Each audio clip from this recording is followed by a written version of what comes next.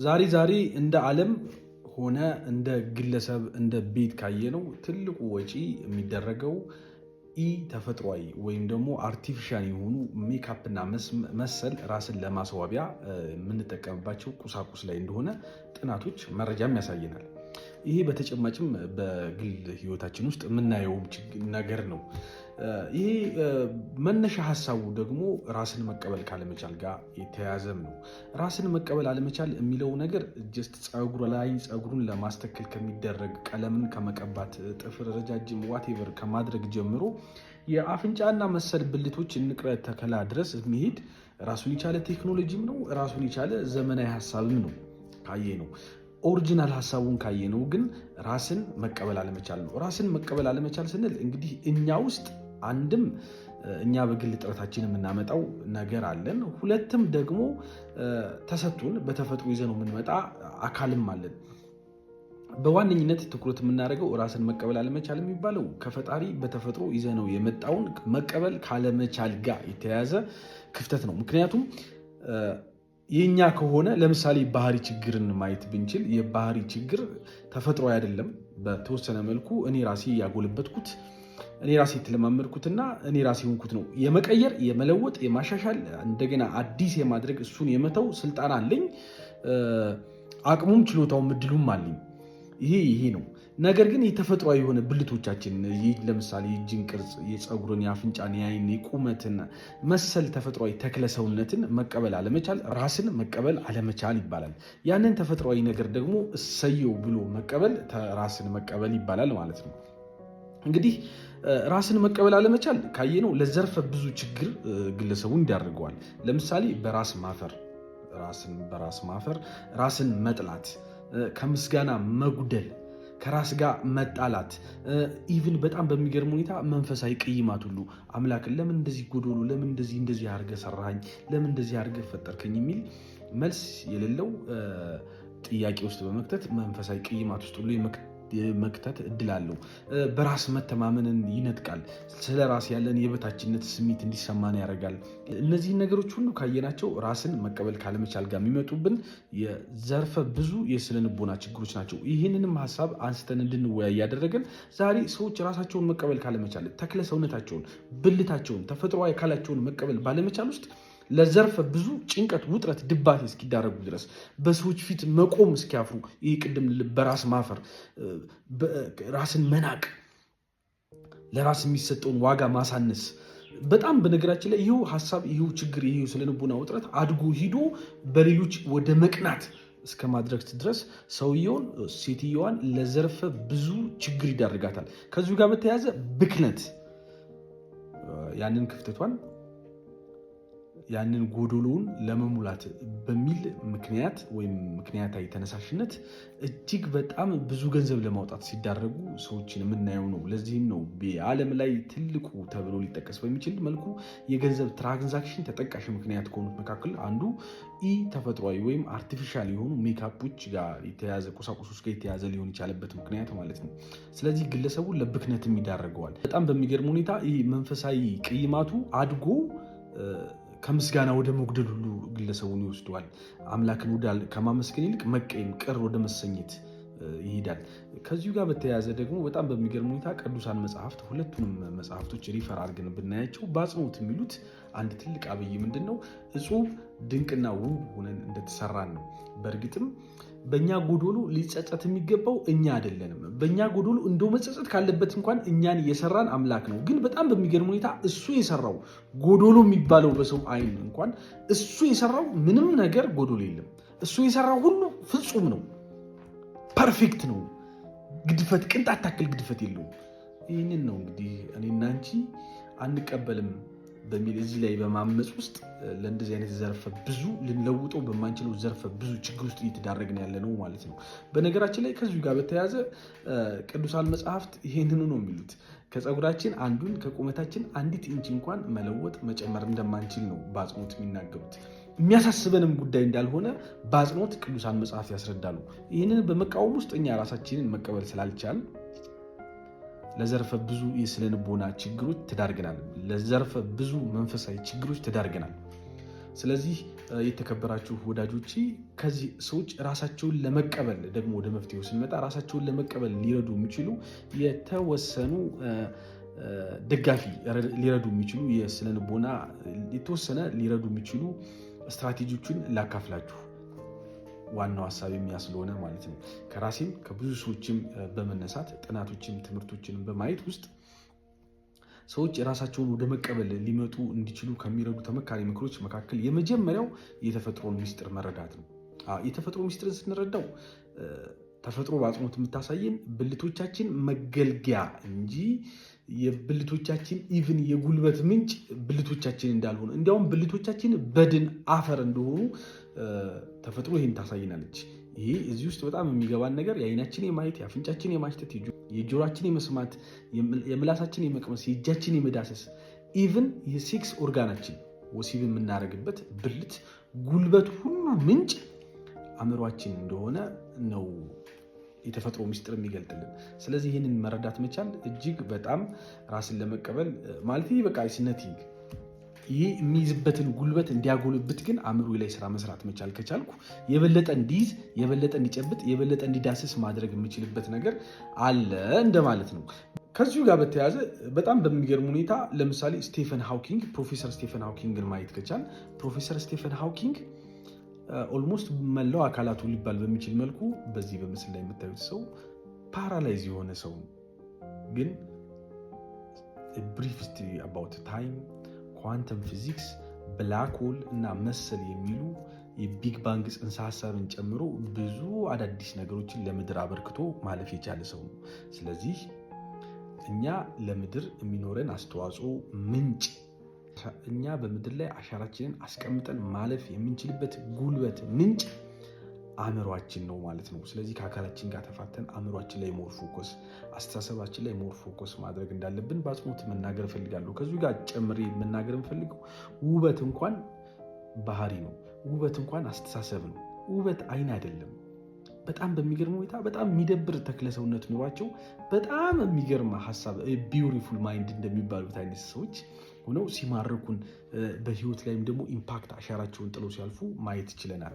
ስለዚህ አካላችንን እንፋተው እና ሞር አስተሳሰባችን ላይ ፎከስ እናድርግ። አካላችንን በተመለከተ እንቀበለው። ይሄ በዋነኝነት እንድትረዱልኝ ማሳሰብ። ይሄ በዋነኝነት ራስን ለመቀበል የሚረዳ የመጀመሪያ ደረጃ ተመካሪ ስልት ነው ማለት ነው። ሁለተኛ በጣም በሚገርም ሁኔታ የጎደለውን ብልቶቻችን ያሉት ብልቶቻችን ተክተው እንደሚሰሩ ወይም አገልግሎት መስጠት እንደሚችሉ መረዳት መቻል በራሱም ይሄኛው ጎደለኝ ይሄኛው አነሰኝ በሚል መቀበል ባለመቻል ውስጥ ሊፈጠር ከሚችል ጭንቀትም እንድንድን ይረዳናል። በእርግጥም ዛሬ እኮ አይንን ተክቶ አይን የሌላቸው ሰዎች በእግራቸው ማየት ሲችሉ ማየት ችለናል። በእርግጥም አይን የሌላቸው ሰዎች በጆሯቸው እየሰሙ መሄድ ሲችሉም ማየት ችለናል። ይሄ ማለት ምንድን ነው? የጎደለውን ብልታችንን ያለውን ብልት በማሰልጠንና አሁንም አእምሯችንን ተጠቅመን በማለማመድ ውስጥ ጉዶላችንን መሙላት እንዲችል ማድረግ ይቻላል። ሌላው ትዳር እና ከትዳር ጋር በተያያዘ ያለውን ሀሳብ ካየ ነው እኛ ግን የጎደለን የምንለውን ነገር እሷ ወይም እሱ ያለውን በማግባት በትዳር በመተሳሰር ውስጥ ራሱ ያንን ክፍተት መሙላት እንደሚቻልም ይህም ሌላኛው የተፈጥሮ ሚስጥር ነው ማለት ነው። በሁለተኛ ደረጃ ካየ ነው ብቸኛና እንደዚሁም ልዩ ሁነን የተፈጠርን መሆናችንን መረዳት መቻልም አሁን ያለንበትን አሁን የተሰጠንን ለመቀበል እድል ፈጣሪ ነው። በእርግጥም እኛ ስንረገዝ ከነበሩት በጣም በብዙ የሚቆጠሩ እንቁላሎች መካከል እኛ ተሰብሮ አንዱ እኔ፣ አንቺ፣ አንተ መወለድ ችለናል። በጣም በሚገርም ሁኔታ ግን ሁሉም በማህፀን ውስጥ የነበሩት እንቁላሎች በሙሉ መሰበር የሚችሉበትን እድል ቢፈጠር አንዱም እኔም አንቺን ሊመስል አይችልም። በእርግጥም አይገርምም? አንቺን የሚመስል ከዚህ በፊትም ከዚህ በኋላም እኔን የሚመስል ከዚህ በፊትም ከዚህ በኋላም የለም፣ ሊኖርም አይችልም። እጹብና ድንቅ ሆነን የተሰራ ነው። ልዩ ሆነን አይገርምም? ውብ ሆነን የተሰራ ነው። ብቸኛና ድንቅ ኢንዶሚክ የሚባለው በቃ ብቸኛ እና ልዩ ፍጹም ልዩ ሆነን የተሰራ ነው። ይህንን መረዳት መቻል በራሱ ራስን ለመቀበል እጅግ በጣም ጠቃሚ ስነ ስልት ነው ማለት ነው። በሶስተኛ ደረጃ ላይ በተቻለ መልኩ ራስን ለመሆን መሞከርም እጅግ በጣም ተመካሪ ነው። በእርግጥም ሌሎችን ለመምሰል መሞከር መነሻው ራስን መቀበል አለመቻል ነው። ራስን መቀበል አለመቻል ሌሎችን ለመምሰል እንድንሞክር ያደርገናል። በሌላ መልኩ ደግሞ ሌሎችን ለመምሰል መሞከር ራስን ለመቀበል አለመቻል መነሻም ሊሆን ይችላል። ተመጋጋቢ ነገር ናቸው። ፖይንቱ ግን በተቻለ መልኩ በነገሮች ሁሉ እንዳልኩት ብቸኛና ልዩ መሆናችንን በመረዳት ውስጥ ያንን ብቸኛና ልዩ ተደርጎ የተፈጠረውን አንቺነትሽን፣ እኔነቴን ለመሆን መሞከር መቻል ራስን መሆን ሲባል እሱም ራስን ለመቀበል በር ከፋች እድልም ጭምር ነው ማለት ነው። በሶስተኛ ደረጃ ካየነው ደግሞ በተቻለ መልኩ የብልቶቻችን አገልግሎት ላይ ትኩረት ማድረግ እጅግ በጣም ተመካሪ ነው። የብዙዎቻችን ትልቁ ፕሮብሌም አገልግሎታቸውን እንረሳውና ወይም አገልግሎታቸው የሚመስለን ውበት ብቻ ይሆናል። ይሄ ራስን ላለመቀበል የሚዳርግ የሀሳብ መንጭም ጭምር ነው። ስለዚህ በተቻለ መልኩ የብልቶቻችንን ጉልበት አገልግሎት ለመረዳት መሞከር፣ ሞር አገልግሎታቸው ላይ ትኩረት ለማድረግ መሞከር አሁንም ራስን ለመቀበል እጅግ በጣም ጠቃሚ ብልሃትም ጭምር ነው። የብዙ ሰዎች ላይ በተሰራው ነገር ተነስተን ካየ ነው ማለት ነው። ሌላው በጣም በሚገርም ሁኔታ በጤናማ ንጽጽርን ራሱ ለመረዳት መሞከር። አሁን የብዙዎቻችን ችግር ራሳችንን የምናነጻጽረው በጣም በሚገርም ሁኔታ በብልቶቻችን ነው፣ በአስተሳሰባችን ጉልበት አይደለም። ይህ ጤናማ ያልሆነ ራሳችንን የምናነጻጽርበት መንገድ የተሳሳተ ነው። ትክክለኛው ተብሎ ራሳችንን ከሌሎች ጋር እንደው ማነጻጸር ካለብን ራሱ ወይም ደግሞ ተፈጥሯችንም ሆኖ እንደዚሁ እኛን ከሌላ አንጻር ማየታችን ስለማይቀር ይህን ስናደርግ በተቻለ መልኩ የአስተሳሰብ ጉልበታችንን መሰረት በማድረግ ለማነጻጸር መሞከር አሁንም ራስን ለመቀበል የሚረዳብን እድል አለ ማለት ነው። ሌላው በተቻለ መልኩ ባለን ማመስገን። አይገርምም? እኔ እንደዚህ አይነት አሁን አጭር እንደሚባለው አይነት እጅ አለኝ፣ እቺ ሌለው እኮ አለ። አይገርምም? እኔ አሁን እንደዚህ አይነት አፍንጫ አለኝ፣ ግን እንደዚህ የሚሌለው ብዙ አለ። ይህንን እንኳን በማየት ውስጥ ስላለን ነገር ማመስገን በእርግጥም ራሳችንን ወደ መቀበል መለስ የምንልበትን እድል ይፈጥራል። ስለዚህ በተቻለ መልኩ ማመስገን፣ ስላለን ነገር እየቆጠርን ስለሆነልን ነገር እየቆጠርን በተለይ ስለተሰጠን ይሄ ተሰጥቶን ነው፣ በእኛ ጥረት የመጣ አይደለም። ስለዚህ ስለሱ ማመስገን እንደዚሁ እጅግ በጣም ተመካሪ ነው። ሌላው በጣም የሚገርመው ነገር ማንም ሰው ስለኛ አያገባውም። እንደው ይመስለናል። በእርግጥ እንዲሁ አእምሯችን ውስጥ ይጦዛል። እንደገና ሰይጣን ደግሞ ይህን ሀሳብ በጣም ነው የሚያጦዘው አእምሯችን ውስጥ። ከራሴም ኤክስፔሪንስ አንጻር ግን ሪያሊቲውን ልንገራችሁ፣ ማንም ሰው እዚህ ምድር ላይ ኢቭን የወለዳችሁ እናትና አባት እንኳን ለደቂቃ ስለእናንተ ያን ያህል አይጨነቁም። አዎ ሊያሳስቡን ይችላሉ፣ ሊያስቡልን ይችላሉ፣ ይወዱናል ምናምን። ግን ማንም ሰው ስለኛ አይኖርም። ማንም ሰው ለደቂቃ ስለእናንተ አይኖርም። መኖር ብቻ አይደለም፣ ሲሞትም ማንም ሰው እናንተን ወክሎ የሚጠይቅ የለም። ኢቭን የተሳሳተ ነገር እንድታረጉ የገፏችሁ ሰዎች እንኳን የሚጠይቁት በራሳቸው እንጂ በእናንተ አይደለም። ይሄ ሪያሊቲ ነው። ስለዚህ ሰው እንደዚህ ይለኛል፣ ሰው ምን ይለኛል በሚል ነገር ውስጥ ተሳቀን ራሳችንን አስረን አስቀያሚ፣ ማረባ፣ እንደዚህ ጎማዳ፣ አጭር፣ ጉንዱሽ መሰል በጣም በተለያየ መንገድ የምንሰማቸውን ኔጌቲቭ ነገሮች ሰብስበን ቤት ውስጥ ሳስረን ራሳችንን አስረን የተቀመጠን ሰዎች አለን። ዛሬ እላችኋለሁ ማንም ሰው እዚህ ምድር ላይ ስለ እናንተ አያገባውም። በቃ ሁሉም ስለ ራሱ ነው የሚኖረው። ያገባኛል የሚለው ራሱ አያገባውም። እውነቴን ነው የምላችሁ። ይህን በኔጌቲቭ እንዳትወስዱት። ፖዘቲቭሊ ማንም ሰው ስለ እናንተ አይጨነቅም። ሁሉም ሰው ስለ እናንተ እንኳን ቢጨነቅ ለራሱ መጨነቅ ስላለበት ነው። ማለት በጣም የደህንነትሽ ጉዳይ የሚያሳስበው ከሆነ አንቺ ላይ የሚፈጥረበት ችግር እሱን እንዳያስጨንቀው በማሰብ ውስጥ ነው የሚጨነቀው እንኳን ማለት እስከዚህ ድረስ ነው ሰዎች ለኛ። ሁሉም ደግሞ በራሱ መንገድ በራሱ ሚዛን ላይ የሚወጣ ነው። ስለዚህ በተቻለ መልኩ ይህንን በመረዳት ውስጥ ራሳችሁን ተቀበሉት። በራስ ከማፈር ራሳችሁን ነፃ አውጡት። ራሳችሁን አትጥሉት። እውነቴን ነው የምላችሁ። በጎደለው አካል ጎደለኝ የሚል ችግር ውስጥ ራሳችሁን አትክተቱት። ራስሽን ተቀበዩ። ይህንን ለማድረግ ደግሞ እንዳልኩት ማንም ሰው እንደማያገባው እውቅና መስጠት እጅግ በጣም በአጠቃላይ ጥቅልል አድርገን ስናየው እኛ ዲዛይን የተደረግነው ዲዛይን ያደረግን የፈጠረን እኛን የሰራን እጹብና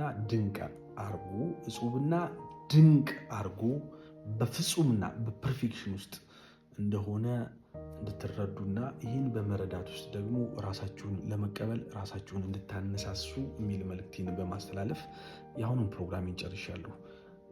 ደግሜ እላችኋለሁ፣ እጹብና ድንቅ፣ እጹብና ፍጹምና ውብ ሆናችሁ የተፈጠራችሁት።